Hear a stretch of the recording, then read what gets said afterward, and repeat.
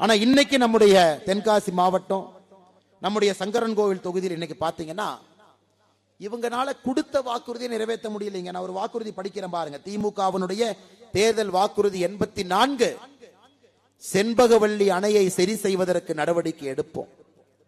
செண்பகவல்லி அணைக்கு உங்களுக்கும் ரத்த பந்தங்கய்யா, தொப்புள் கொடி உறவு. செண்பகவல்லி அணை 1733 கட்டப்பட்டது. திருவாங்கூர் மகாராஜாவும் இங்க இருக்கக்கூடிய சிவகிரி ராஜாவும் சேர்ந்து 1733 கட்டினாங்க. எந்த பிரச்சனையும் இல்லாம அந்த அணையினுடைய ஒரு பகுதி தண்ணீர் உங்க மாவட்டத்திற்கும், அந்த அணையினுடைய ஒரு பகுதி தண்ணி முல்லை பெரியார் அணைக்கும் போயிட்டு இருந்துச்சு. முதலாக பிரச்சனை வந்தது 1962 அணையில் ஒரு சின்ன விரிசல் ஏற்பட்டது. அன்றைய முதலமைச்சர் கர்மவீரர் காமராஜர் ஐயா தமிழ்நாடு அதற்கான செலவை கேரளால கொடுத்து அணையை சரி பண்ண. அணையில இரண்டாவது பிரச்சனை 1982 புரட்சி தலைவர் டாக்டர் எம்ஜிஆர் அவர்கள் இருக்கும் பொழுது மறுபடியும் விரிசல். புரட்சி தலைவர் அவர்கள் உடனடியாக கேரள அரசுக்கு பணத்தை கொடுத்துட்டாங்க. தமிழ்நாடு செலவுக்கான பணம் எங்க பணத்தை கொடுத்துட்டோம் பண்ணுங்க ஐயா. 1982 அந்த அணையை சரி பண்ணாம இன்னைக்கு தென்காசி பகுதிக்கு வரக்கூடிய தண்ணி வராம இருக்குதுங்க ஐயா. அது திமுக காரன் வாக்குறுதி 84 சொன்னாங்க, நாங்கள் வந்தவுடன் செண்பகவல்லி அணையை சரி செய்து தண்ணி கொண்டு வந்துருவோம். ஐயா நீங்க புரிஞ்சுக்கணும், இது ஒரு வாக்குறுதி இல்லைங்க. இன்னைக்கு தண்ணி வராம இருக்கிறனால எத்தனையோ பேர் விவசாயத்தை வெளியே வர்றாங்க. உங்களுடைய விளை நிலங்கள் தரிசு நிலங்களாக மாறிக்கொண்டிருக்கிறது. காரணம், இங்க இருக்கக்கூடிய ஒரு பொம்மை முதலமைச்சருக்கு எப்படி ஆட்சி நடத்துவதுன்னு தெரியாதனால் அது நடந்து கொண்டிருக்கிறது.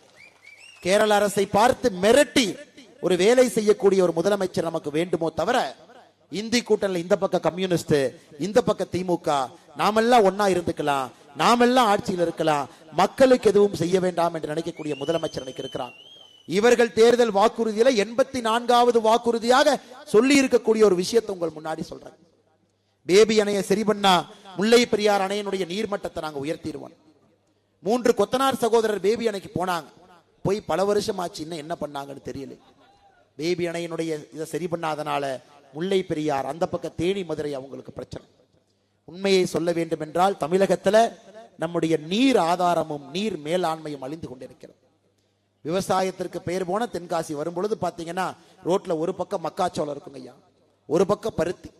எங்கே பார்த்தாலும் கூட விவசாய பூமியாக இருக்கக்கூடிய தென்காசி இன்னும் 15 ஆண்டுகள் கழித்து பார்த்தா இங்கே விவசாயம் இருக்குமான்னு எனக்கு சந்தேகமா இருக்குதுங்க ஐயா. நீர் மேலாண்மைக்காக பணம் போடுறது கிடையாது, கொள்ளையடிப்பதற்காக ஒரு பட்ஜெட், மத்திய அரசினுடைய திட்டங்களை எல்லாம் திருடி மாநில அரசு பெயர் வைப்பதற்காக ஒரு பட்ஜெட் மாநிலத்தில் போட்டுக் கொண்டிருக்கின்றார்.